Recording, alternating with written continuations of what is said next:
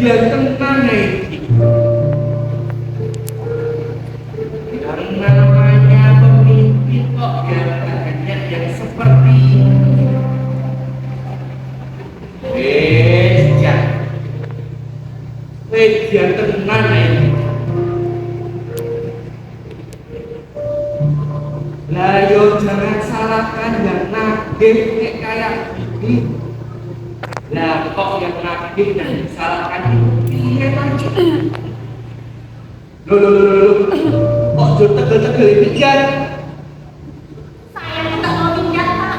Tapi saya mau kamar, mau jajan, mau bersolat biar cantik. Oh, bukan kamu kok yang tak jadi. Nah, terus Bapak tahu lagi siapa? Tadi baca koran kok berpikir. Bapak ki ora ngene.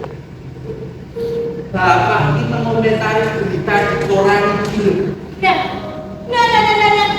Ini dia yang lebih aneh. Berita di koran kok komentar. Lagi nonton bola di TV, Pak. Lah kok kamu baca sendirinya? Nanti kalau kamu udah baca, kamu pasti dijengkel terus pengen komentar. Ya sorry ya, Pak. Kalau baca berita itu di medsos, enggak pakai kata, bacanya koran.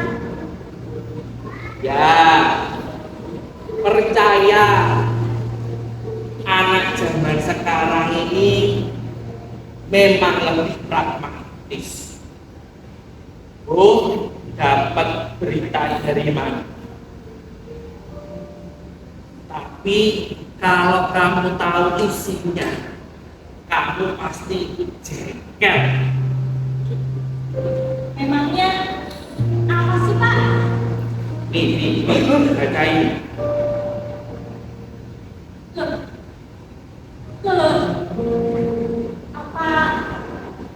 Apa memang selalu seperti ini ya, Pak? Sifat pemimpin di negeri kita ini selalu dilengkapi dengan sikap ingkar janji. Seperti sikap yang sepaket tidak bisa dipisahkan. Di mana ada kekuasaan, pasti ingkar janji. Wah, sakjane iki yo enggak.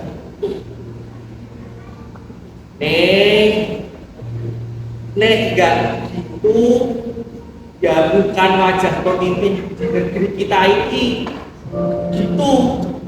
Tapi Pak, di setiap kekuasaan pasti dilahirkan kekecewaan. Nah, kekecewaan hadir karena ada sesuatu hal yang tidak berjalan sesuai dengan harapan. Alah, itu sih memang karena dasarnya sikap pemimpin kita aja, Pak, yang sifatnya PHP, memberi harapan palsu. Makanya jadi pada kecewa. Sakjane iki ya ora mung jaman saiki. Dari dulu kala itu kebanyakan pemimpin kita itu hanya bisa PHP aja. Makanya jangan salahkan orang yang sangat kecewa saat mereka itu sudah nagih janjinya. Iya ya,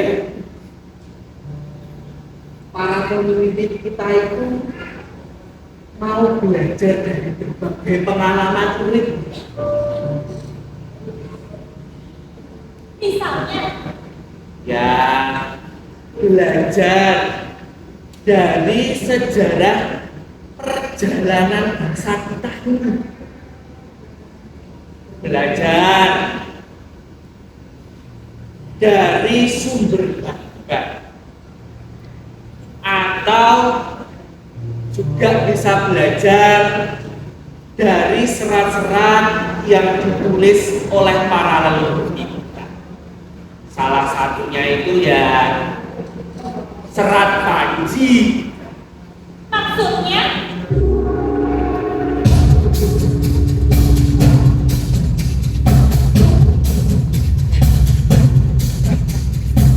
ayo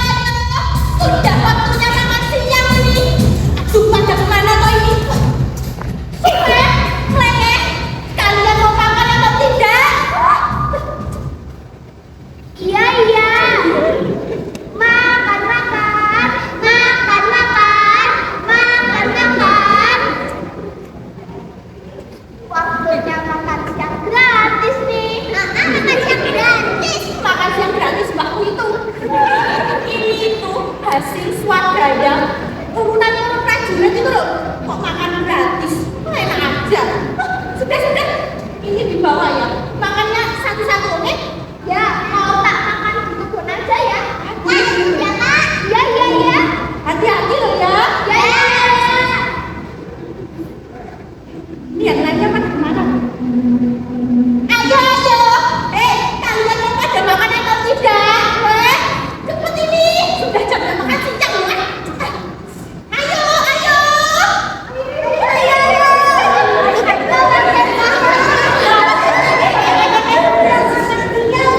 Sudah. Berbaris yang kami dan tidak perlu yang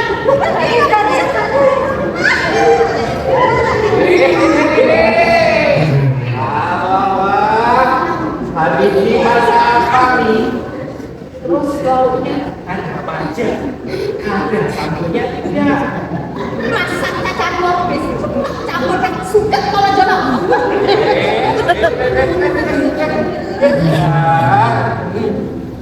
Uang sebelahnya atos. Saya makan dari makan kok masih banyak tanya. Memangnya kan gandum belanja buat masak hari ini? Ayo enggak toh. Kok yo mewiri itu jangan atau sama gitu tak kalau sama kamu tuh. Biar kita apa? Saiki kita apa? Ya kalau dulu aku masih manut, mau ngasih jadi istrinya. Nih kalau sekarang jelas, no way, duren, roti, biar saiki, play, kenceng pokoknya. Walah, orang gue ini dia nasi makan, yang itu nggak kenapa kok, yo jadinya ini, kamu dari ini deh. Kamu itu sahabatnya kan ganteng, jadi lo wajar kamu belain dia. Padahal yo, biasanya mereka ganteng itu saya ganteng. Mana bisa tuh perbedaan gitu sih? Main bagai masih digalai saja, bisa menjelaskan seperti itu. Apalagi tidak ada bisa semakin bisa loh. Benar kamu nyemil. Padahal yo, kok kamu sudah mungkin kamu dikontrolnya lo kan dia orang sama situ. Ibu jadi kan saya anyar kae. Yo jelas masih nangon sekarang. Belok botiku saya semlet boy ini lho. Harus dibalikin kan bisa rempeng ngono kae. Bukan kelasnya loh. Kelasnya. Masak. Yo Sumira ini kok malah ngabar-ngabar itu? Aku kira ngabar-ngabar ya. Lah kok cuma bicara lagi bermain kok. Betul lagi begini yang ya tidak sudah baliknya kamu kayak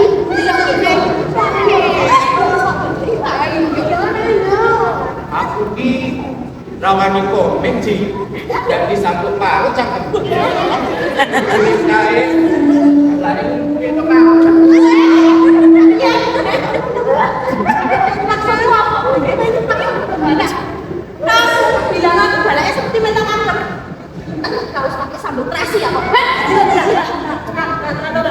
Kau itu musuh deh nak ini. Dari kau ini kan memang kasih sanksi.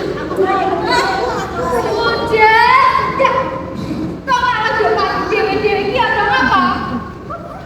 Musuh yang akan kita hadapi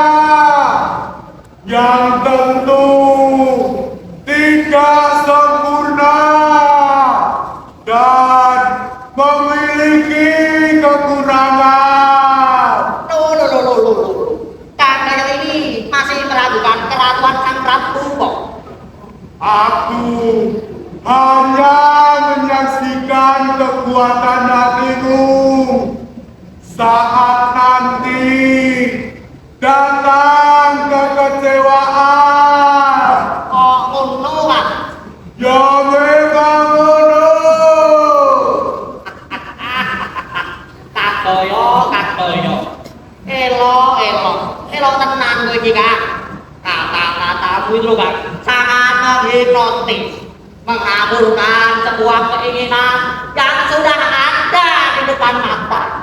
Aku ingin yo moksa derma kok dingelingke kowe.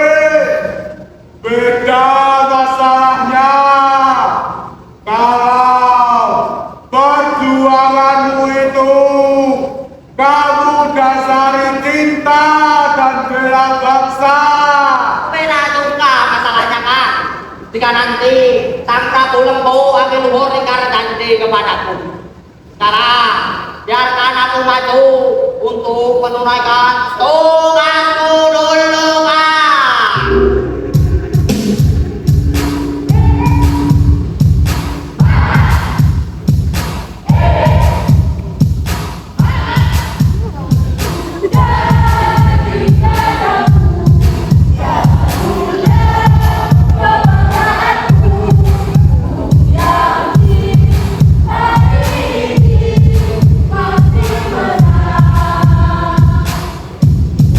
Oh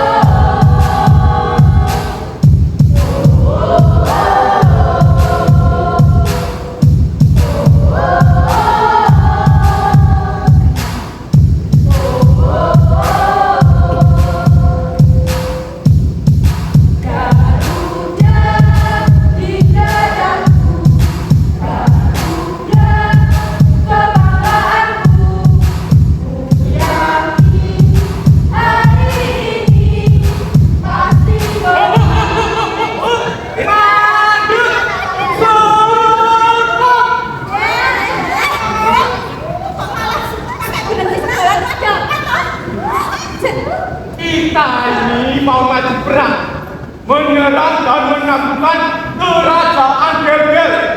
Bukan mengikat di supporter sepak bola.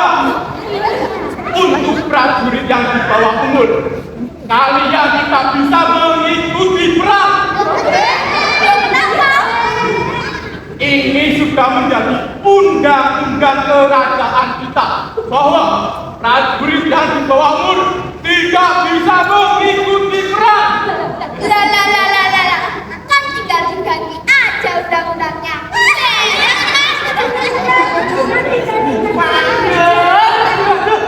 Itu sudah di kerajaan sebelah. Tidak di kerajaan kita. Tidak bisa. Nah, mending kalian pergi main saja. Ya udah yuk kita main aja yuk. Sehingga bukannya kita juga butuh heal ya buat dimangatin pengorbanan kita. Ya jelas betul. Tetapi kita beli Gel-Gel dan kontak dengan arah perjuangan kita. Wah, lah, jangan lagu di sana pak. Lah konten, perangis lagu gajah. Gak usah ngarah. Ini namanya tak menggunakan ini. Tetapi sairnya saja yang diganti. Apa itu? Maksud saya begini, akan saya contohkan. Jenggolan di dadaku, jenggolan kebanggaanku. Ku yakin hari ini kita menang. Begitu maksudnya.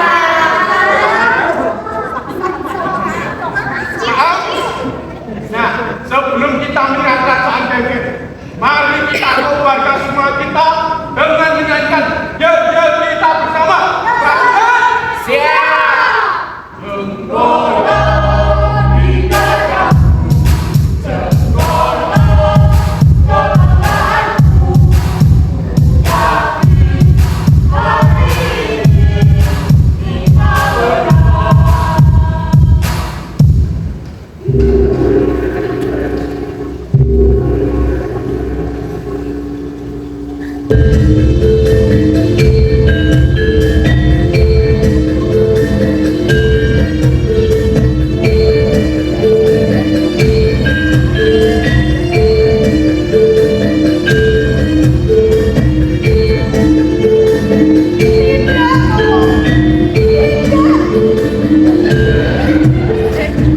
Tapi Allah sudah berjanji kepada kami pada kawan-kawan jika ia bisa mengalahkan kerajaan Gel, maka Dewi akan menikahkan dengannya. Itu adalah janji Romo, bukan janjiku. Tapi janji Romo tidak akan terpenuhi tanpa kesetiaanmu. Aku ini bukan barang taruhan atau hadiah yang bisa Romo berikan kepada siapa saja. Romo tidak pernah menganggapmu sebagai barang taruhan. Ya meskipun Romo senang main cium-cium dan gapi, tetapi kamu tetaplah anak Romo. Aku masuk main cium-cium dan damai. Karena dia menungso butuh hiburan. Dan kalau karaoke malah riskan nih kebetulan. Mending main itu baik. Tapi aku tetap memborong dan dijadikan hadiah. Sing jenenge ratu itu harus berpegang teguh dalam sabdo pandito ratu. Ora untuk minta-minta. Aku juga punya hak untuk menolak Romo. Ini Dewi Tamilo. Ada oh kamu itu jangan ngeyel, jangan dapat. Bukannya aku ini mau ngeyel apa David Romo. Tapi aku ini kepengen Romo tahu bahwa setiap orang itu juga punya hak yang tidak bisa dilanggar seenaknya sendiri. Lalu apa kata dunia? Kita mengetahui bahwa aku punya anak perempuan yang tidak bisa diatur. Nah, disinilah letak tidak sepakatan kita, Romo. Maksudnya? Sebagai anak perempuan, aku ini justru mau mengedukasi sesama kaum perempuan bahwa perempuan juga punya hak yang sama. Kalau sejarah banyak mengatakan bahwa perempuan harus tunduk dan patuh, itu namanya pengkerdilan karakter.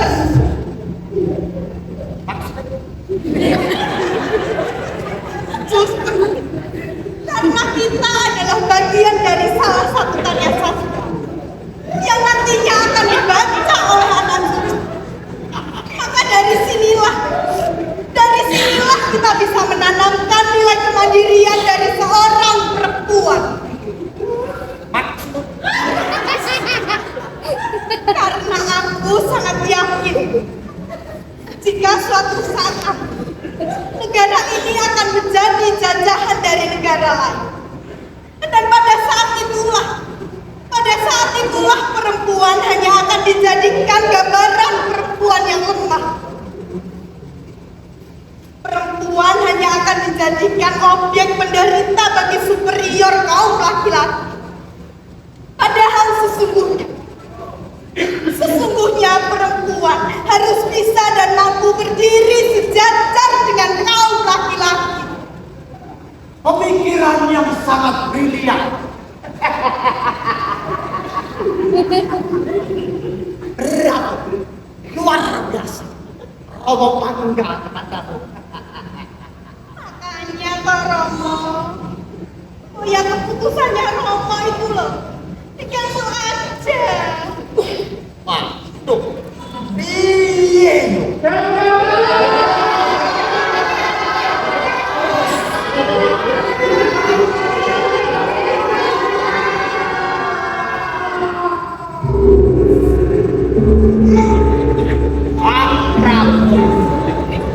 Sepertinya Sang Prabu sudah mengetahui tentang kemenangan Keraton Cengkolo, kan? Ya, aku mendengarnya, Pak. Lalu, bagaimana dengan janji Sang Prabu kepadamu? Janji itu sedianya akan penuh. Namun, rencana tidak harus berjalan sesuai realitas, kan? Maaf, Kanjeng. Kami ingin menolak. Tapi bukankah Torojeng Kamioyi adalah putri Sang Prabu sendiri yang seharusnya menuruti perintah ayahandanya, bukan? Dengarkan itu, Kanjeng. Jek, satu, dua.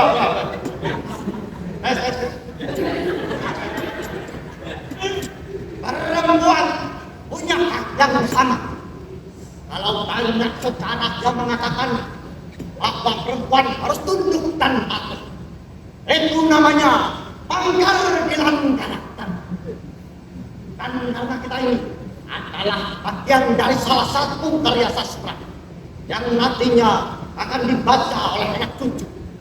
Dari sinilah kita bisa menanamkan nilai kemandirian dari seorang perempuan. Karena aku sangat yakin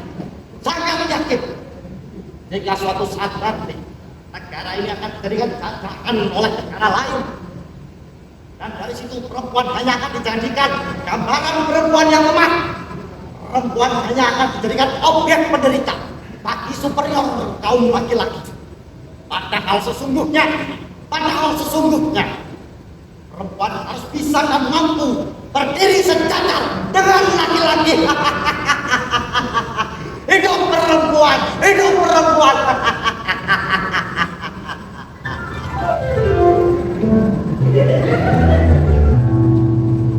Kok gue orang keplok? Sang Prabu ini cuma mau menjadi janji toh? Sing jenenge ratu itu tidak akan punya janji. Tapi aku aja menawan. Nganti kaya tuku brambang ning pasar wae.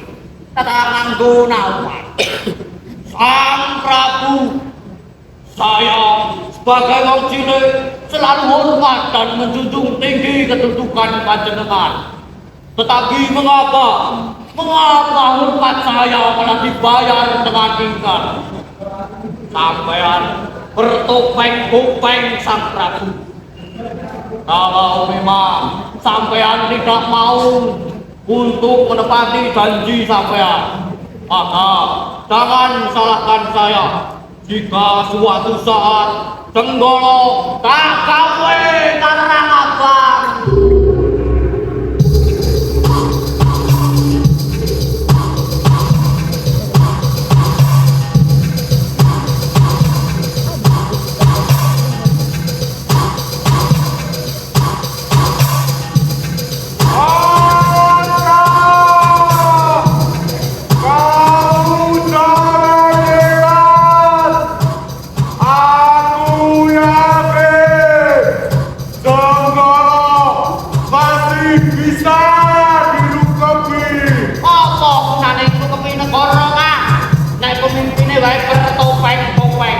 Senang mengingkari janji, telah mengkhianati pengorbanan kaulane.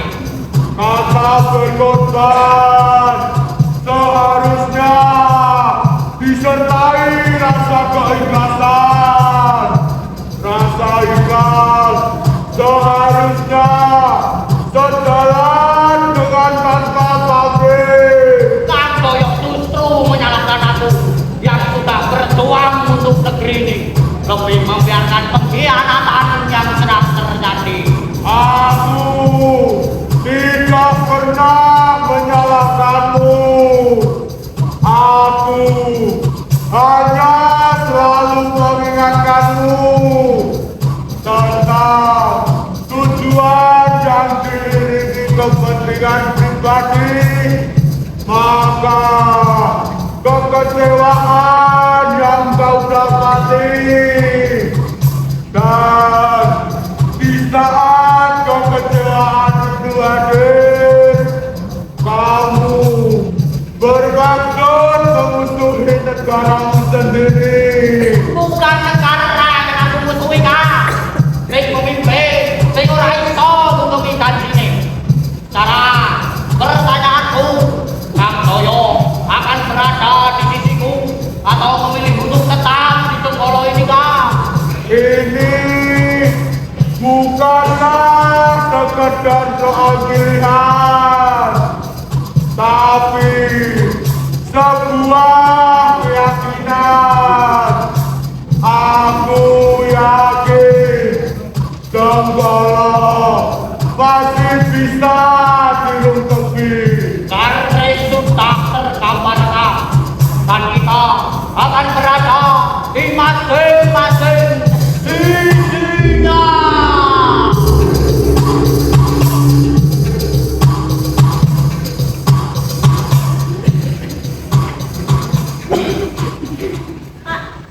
Jadi akhirnya Jenggolo jadi diusahakan sama Subanda. Ya, si Dono. Setelah ini ada lanjutan ceritanya tentang Pitutur Jati dan Jati Pitutur. Siapa lagi itu, Pak?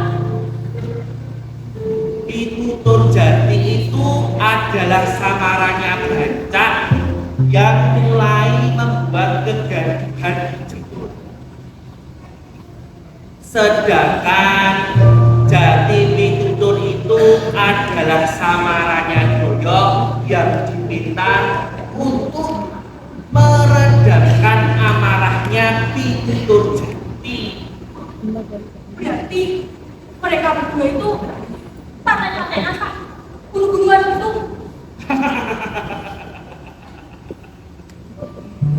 Yo enggak loh. Mereka berdua itu lalu gelut kono kae. Gelut, Pak. Oh, gelut ulang-ulang astro. Nah, yo. Setelah mereka tidak ada yang menang dan tidak ada yang kalah, maka mereka kembali ke wujudnya semula. Mereka kembali akur. Terus toh Prabu Lembu Api Luhur itu mau mengakui kesalahannya dan menepati janjinya. Wah, nggak seru Pak. Harusnya kan ada adegan pembunuhannya Pak. Bunuh-bunuhan. Kamu itu loh, dan memang esensi dari cerita Panji itu tentang pengembaraan, tentang penyamaran, tentang percintaan, lalu happy ending ono kae. Wah, Mas, nggak terlalu jelas. Yaudah, itu aku tak pamit dulu Pak. Loh, kamu mau kemana? Aku mau ke TB, mau nonton festival teater antar kemarin sekota Jogja. Siapa tahu di sana nanti ada konsep cerita lainnya Pak. Emang kemarin kita itu ikut kok. Wah, ya jelas ikut. Loe sana. Nanti kalau kalah jangan protes loh ya. Iya.